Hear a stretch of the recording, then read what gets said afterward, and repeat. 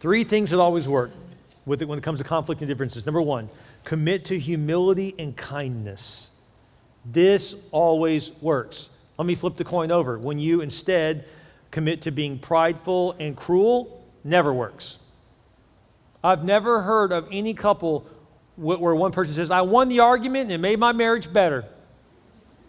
Haven't heard that yet. So listen, nobody really wants to be, we all want to be married to Mr. and Mrs. Right. Nobody wants to be married to Mr. and Mrs. Always Right. Nobody wants that. So actually arguing won't do it. So instead, commit to humility and kindness. Look at Ephesians chapter 4. It says this, therefore, this is Paul speaking. He says, I, a prisoner for serving the Lord, beg you to lead a life worthy of your calling, for you have been called by God. Now, some of you right now are thinking, what does that have to do with marriage? Whether I'm called by God? Okay, well, think about me for a moment, if we can. My marriage, I'm a pastor. You would think if you saw me treating my wife rudely, you would be like, what are you doing, man? You're a pastor. You can't be doing that. And I would say right back to you, what are you doing treating your spouse bad? You're a Christian. You can't be doing that. Raise your hand if you think God has a purpose for your life. Raise your hand. Anyone have? Okay, good. Congratulations. You've been coming to Church Unlimited for a little while to know that. I mean, we teach this all the time, right? God has a purpose for your life. God has plans for your life. You're a Christian. God's hand is on your life. All that's true, right? Well, if all that's true, then you should live a married life worthy of the calling on your life too. Does that make sense? We're all called by God. Okay, so I beg you to lead a life worthy of your calling, for you have been called by God. Then he says this, always be humble and gentle. Be patient with each other, making allowances for each other's faults because of your love. And so sometimes, rather than working out some big difference, you just recognize they're different than me. I can live with that. So there are just things about me that drive Jessica crazy that she just knows that's who I am. And I'm thankful that she just gives me some grace. There's just some things that are unique to who I am compared to her. We both do that for each other. It's okay. And so that's part of being married to someone a long time is just sometimes you just go, no, it's just a difference. It's not sinful. If it's sinful, then we talk about it, obviously. But if it's not sinful, it's like, well, it's just, we're different. It's okay. It's not always a bad thing. So commit to humility and kindness. Start with that. Harsh words never work. They just don't. I was recently at a conference, a leadership conference, and the couple got up to talk on marriage.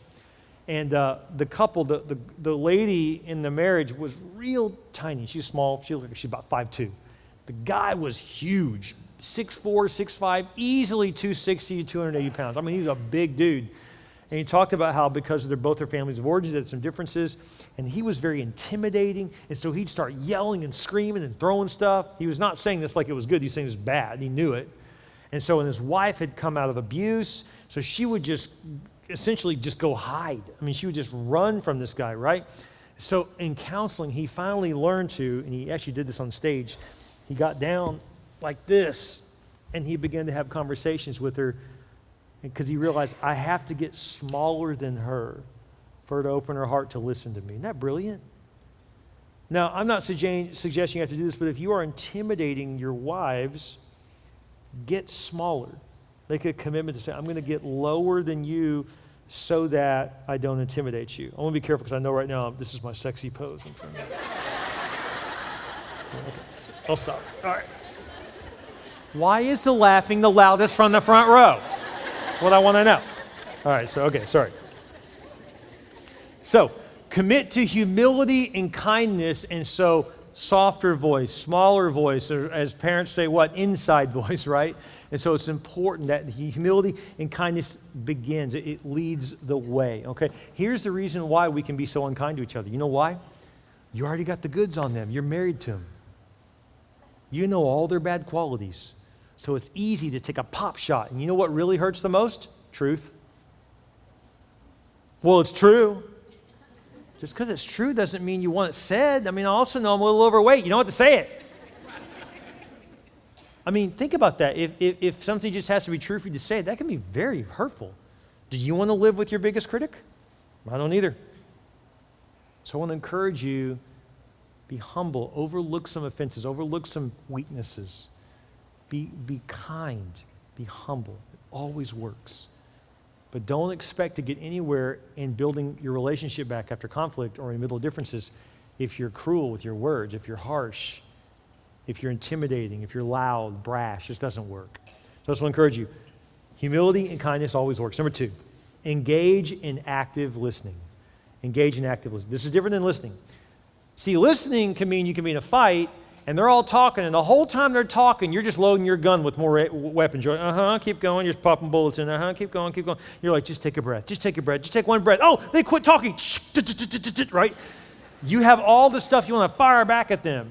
Then you're not listening. If you're thinking about all the things you're going to say to them, you're not listening. Active listening means you actually stop and really listen to what they're saying. Look what it says in Ephesians 4. It says this, make every effort to keep yourselves united in the Spirit, binding yourselves together with peace. How do you make an effort to stay at peace with someone? You make an effort by listening to them. Guys, you have 2 ears and 1 mouth. Use them proportionately. You should be listening twice as much as you're talking.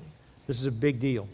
1 Peter 3 says this, husbands, live with your wives in an understanding way. How can you understand someone if you're not listening to them?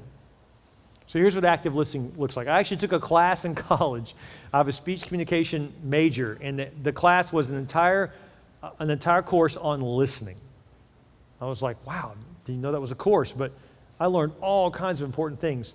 And the biggest thing I learned was this, the way you're actively listening is that whenever your spouse finishes telling you something, then you say back to them something like this, so what I hear you saying is this, is that what you meant?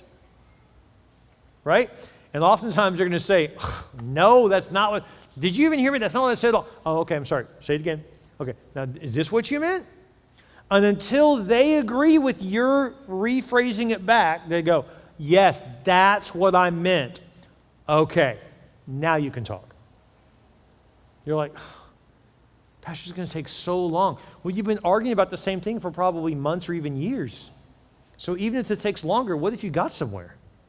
It's worth it, right? So instead, you want to re-communicate back what you think they're saying to you. And oftentimes it'll be wrong. That's why you're in conflict, because you think they're saying one thing and they're not. Have you noticed that real conflict almost is never about the issue at hand? Like, it's not about the car. It's not about the dog. It's not about you being late. It's about something totally different. And so this is where you have to have active listening to clarify what exactly do you mean by that. And by the way, one of the ways you know someone's not listening, it never fails, but every other year it happens in our church, and it's always sad, and it happens. Someone will come knocking on our door, and they'll be broken down crying. They'll say, I don't know what happened. I came home, and they were gone. They took the kids. They took everything. They're just gone. I don't understand what happened. What happened was you quit listening. They didn't feel like they had a voice at the table, so they're out of there. In the same way, this happens a lot too. People tell me, I just did this one little thing, and that was it. Then they just left. Or, I was 5 minutes late, and they're freaking out. You know, I mean, you're like, basically, that's like saying to your banker, I just took $2 out. And your banker says, yeah, I know, but you only had $1 in. We're all ATM machines relationally. You're either making a deposit or pulling a withdrawal out. So if you are steadily not changing, and they keep bringing it up, and you just keep taking a withdrawal, eventually you're going to bankrupt your relationship. Please don't be that person. You may need to say, how are we doing? Where are we at? And really listen to it, because you may think your bank account's got 10 grand in it, and it actually has got 2 grand in it. And you're like, whoa. Some of you are like, 2 grand, that'd be amazing. Okay, that's fine. The point is, you may think you got 2 grand, you got $200, which means one slip up can bankrupt the relationship. This is where people say to me like, man, I'm 5 minutes late. She freaks out on me. She wasn't freaking out over 5 minutes. She was freaking out over the 118th time in a row you were 5 minutes late. It's not about the time. Does that make sense? The issue's bigger than the issue.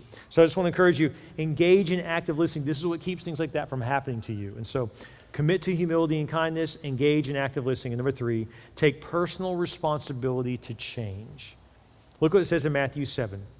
And why worry about a speck in your friend's eye when you have a log in your own? Don't you love God's word, how clear it is? Like, this is massive hyperbole. Like, you are literally pointing out a speck in the eye of your spouse, and you've got a freaking 2x4 hanging out of your head. And so what he's saying is, you are so blind to your own issues, but you're ready to point out someone else's, right? So it goes on to say this. When you think of saying to your friend, let me help you get rid of that speck in your eye, when you can't see past the log in your own eye. Hypocrite, first get rid of the log in your own eye, then you will see well enough to deal with the speck in your friend's eye. So this is important. You can't change them. You can't. I just need to tell you that right now. I My job today is to dash all your hopes, so here I am. You can't change him. The only person you can change in your relationship is you. You can't change someone else.